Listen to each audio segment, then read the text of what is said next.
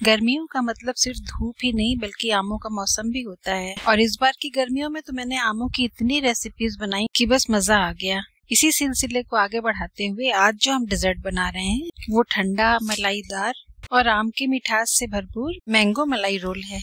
इसमें हम एक बड़ी अच्छी सी खोए की स्टफिंग भी करते हैं, लेकिन मेरे पास काफी दूध बचा हुआ था तो मैंने सोचा कि आज मैं खोया घर पे ही बना लेती हूँ।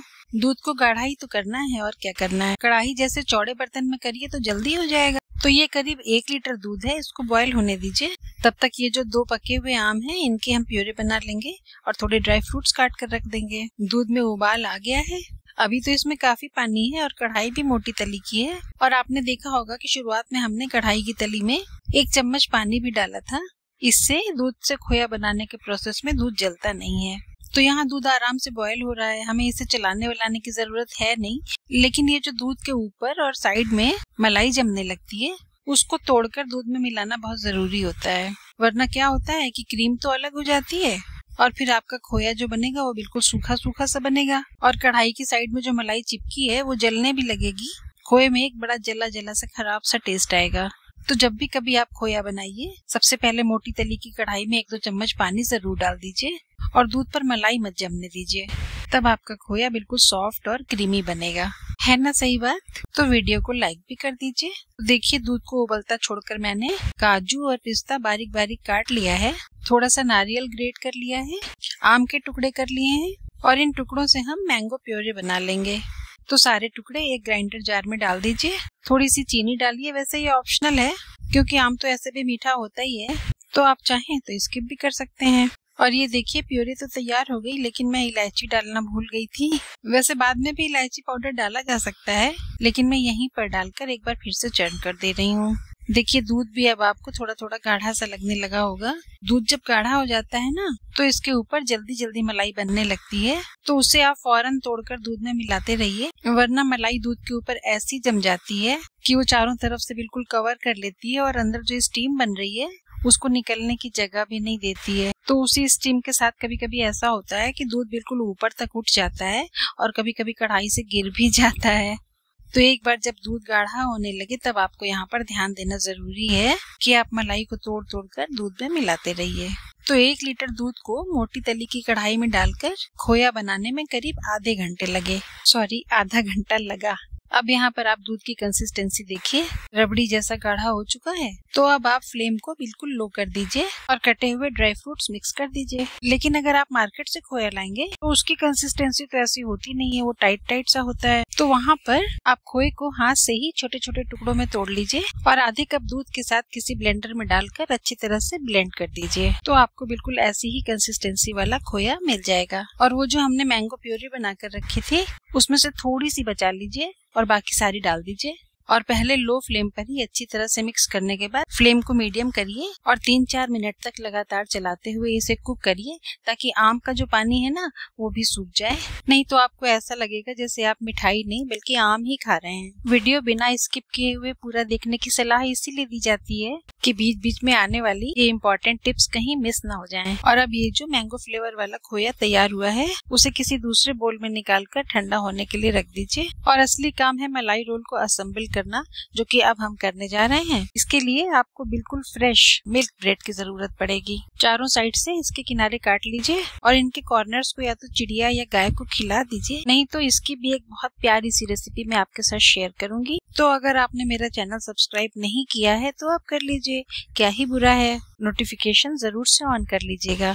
और ये जो हमने किनारे काट कर ब्रेड रखी थी इसको हमें बेल बेल कर बिल्कुल पतला कर लेना है। आज मैंने ये ब्रेड ऑनलाइन मंगवाई है और मुझे डाउट है कि ये बिल्कुल फ्रेश नहीं है। इसको बेलने में बहुत चूरा गिर रहा है, इससे काम थोड़ा मुश्किल हो जाता है और टेस्ट में भी खैर काफी फर्क पड़ता है। इसीलिए मैंने शुरू में आपसे कहा कि ब्रेड बिल्कुल फ्रेश होनी चाहिए। खैर कोई नहीं, जैसे तैसे मैंने देखिए इसको बेल करके बिल्कुल पतला कर लिया है।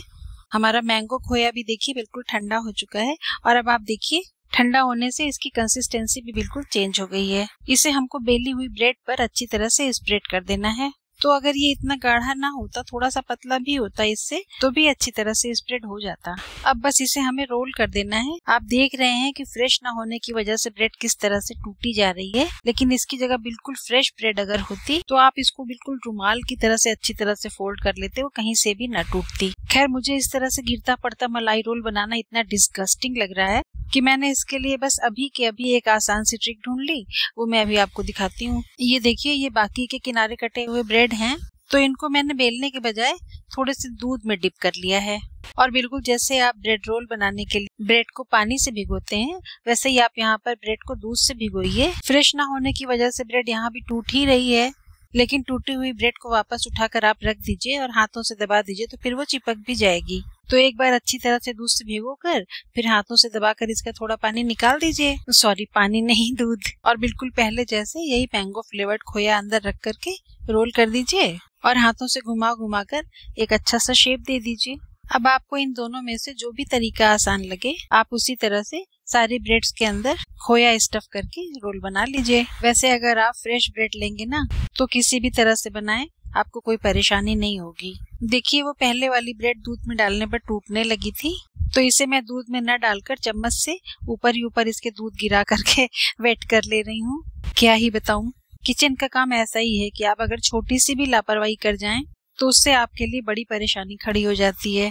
खैर कोई नहीं, रास्ते भी निकल ही आते हैं। मैं चाहती तो पूरा का पूरा ब्रेड डिस्कार्ड करके अच्छी नई ब्रेड मंगाकर आपको अच्छा सा वीडियो बनाकर दिखाती, लेकिन मुझे लगा कि कभी पुरानी ब्रेड ही हाथ लग जाए अगर, तो क्या करना है ये भी आपको बता देती हूँ। बात ठीक लगी हो तो इस वीडियो को शेयर भी कर दीजिएगा, ताकि और भी देखने वालों को फायदा हो सके। देखिए, दूध में ब्रेड भिगोकर बनाने से रोल अच्छे बन गए ना, बिल्कुल कहीं से भी टूट फूट नहीं रहे हैं, बिखर नहीं रहे हैं। तो अगर कभी आपके साथ भी ऐसा हो जाए कि मलाई रोल या आलू वगैरह स्टफ करके जो ब्रेड रोल बनाए जाते हैं, उस टाइम पर कभी आपको अनफ्रेश ब्रेड मिल जाए, तो आप उसे इस तरह से दूध में भिगोकर काम में ला सकते हैं। और ये जो दूध बचा है, ये तो अभी हमें रबड़ी बनानी ही है, तो उसमें हम यूज कर लेंगे। वो जो ब्लेंडर में हमने थोड़ी सी मैंगो प्योरी छोड़ दी थी, उसमें 1 से 1.5 कप के करीब दूध डालिए, थोड़ा सा मिल्क पाउडर डालिए। वैसे अगर मैंगो प्योरी आप थोड़ी ज्यादा ले लेंगे तो मिल्क पाउडर डालने की जरूरत नहीं पड़ेगी, थोड़ी सी चीनी डाल दीजिए, ये भी ऑप्शनल ही है। और अगर आप मैंगो का कोई डेजर्ट बना रहे हो तो उसमें केसर जरूर डालिएगा। ये केसर और आम आपस में इतने अच्छी तरह से इनके फ्लेवर मिक्स होते हैं कि खुशबू तो आती ही है और टेस्ट दुगना नहीं बल्कि 10 गुना बढ़ जाता है। थोड़ा इलायची पाउडर डाल दीजिए और इन चीजों को अच्छी तरह से ब्लेंड कर लीजिए, तो हमारी रबड़ी भी तैयार हो जाएगी। अब आप किसी फ्लैट बॉटम वाले कंटेनर में तली में ये थोड़ी सी रबड़ी डाल दीजिए, इसे घुमा घुमा कर अच्छी तरह से चारों तरफ फैला दीजिए और इसी में मलाई रोल अरेंज कर दीजिए। ये ब्रेड्स काफी बड़ी बड़ी थी, तो रोल भी बड़े बड़े से लग रहे हैं, इसलिए मैंने इनको 2 पार्ट्स में काट दिया, छोटे हो गए। अब इन सबको एक लाइन से इसी कंटेनर में अरेंज कर दीजिए। ये वो वाले रोल हैं जिन्हें मैंने बेल कर बनाया था, काफी टूट से गए हैं, लेकिन अभी हमने जो मैंगो रबड़ी बनाई है ना, वो सारी की सारी हम इनके ऊपर से डाल करके इन्हें अच्छी तरह से ढक देंगे कि कहीं से भी मलाई रोल का कोई भी कॉर्नर रबड़ी से अनकवर्ड ना रह जाए। अगर कहीं छोटे छोटे ओपन एरियाज दिख भी रहे हो तो चम्मच में थोड़ी थोड़ी रबड़ी लेकर उसे भी कवर कर दीजिए। हाथों से अच्छी तरह से टैप कर दीजिए, चारों तरफ घुमा दीजिए ताकि रबड़ी पूरे सरफेस पर अच्छी तरह से स्प्रेड हो जाए।